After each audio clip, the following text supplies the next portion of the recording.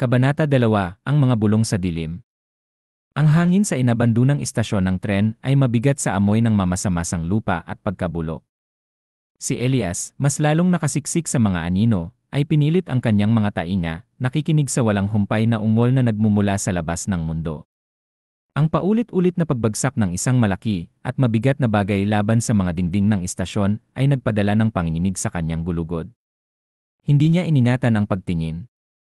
Mga oras ang lumipas na parabang isa lang. Ang unang takot ay nagsimulang magbigay daan sa isang manhid na pagkahapo. Ang gutom ay kumagat sa kanyang tiyan, isang matalim, paulit-ulit na sakit na nakikipagkompetensya sa kinakaing takot. Hawak niya ang gusot na kopya ng Moby Dick, ang pamilyar na bigat ay isang maliit na kaaliwan sa nakakapanghinayang bangungot na ito. Isang mahinang tunog ng pagkamot ang nagulat sa kanya. Napako siya, ang bawat dulo ng kanyang nerbiyos ay nasa mataas na alerto. Ang tunog ay muling narinig, mas malapit sa pagkakataong ito, sinamahan ng isang mababa, bumubulong na tinig, halos hindi maririnig sa itaas ng mga ungol sa labas. Ito ay tinig ng isang babae, na bigla at mahina, ngunit walang alinlangang tao. Alanganin, si Elias ay gumapang patungo sa tunog, ang kanyang puso ay bumubog sa kanyang dibdib. Natagpuan niya ang babae na nakasiksik sa isang madilim na sulok, isang batang babae na may malapad, natatakot na mga mata at gusot, duguan ang buhok. Nasugatan siya, isang malalim na hiwa ang nakapangit sa kanyang braso, ngunit siya ay buhay. Sino-sino ka? Bulong ni Elias, ang kanyang tinig ay namamaos dahil sa hindi paggamit. Ang babae ay nagulat, ang kanyang mga mata ay nagmamadaling tumingin sa paligid ng istasyon. Anya ang pangalan ko, paos na sabi niya, ang kanyang tinig ay halos isang hininga na lamang. Sila. Kinuha nila ang lahat. Isinalaysay ni Anya ang kanyang paghihirap, ang kanyang mga salita ay nagbuhos sa isang daloy ng takot at kawalan ng pag-asa.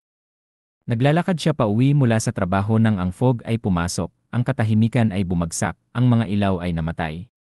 Pagkatapos, ang mga nilalang, ang mga bagay na tinawag niyang mga anino, ay lumitaw, ang kanilang mga katawa-tawa na anyo ay lumalabas mula sa ambon na parang mga bangungot na binigyan ng laman. Nasaksihan niya ang hindi maisip na mga kakilakilabot, ang mabangis na kahusayan kung saan sila nangangaso at pumapatay. Sa pamamagitan lamang ng swerte at isang desperadong pag-akyat sa istasyon ng tren, nakaligtas siya.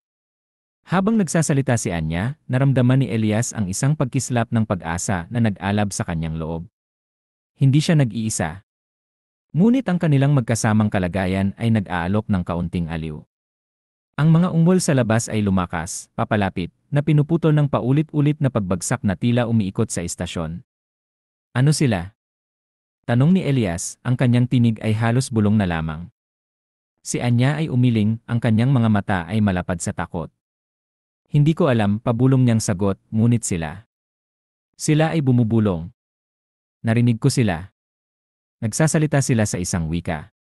Hindi sa mundong ito. Isang nakakapangingilabot na bulong ang umalingaw-ngaw sa istasyon, isang nakakapangingilabot na bulong na tila kumakapit sa kanilang mga isipan. Ito ay isang salita, paulit-ulit na paulit-ulit, isang salita na may dala ng bigat ng sinaunang kasamaan, isang salita na nagpadala ng isang bagong alon ng nagyay.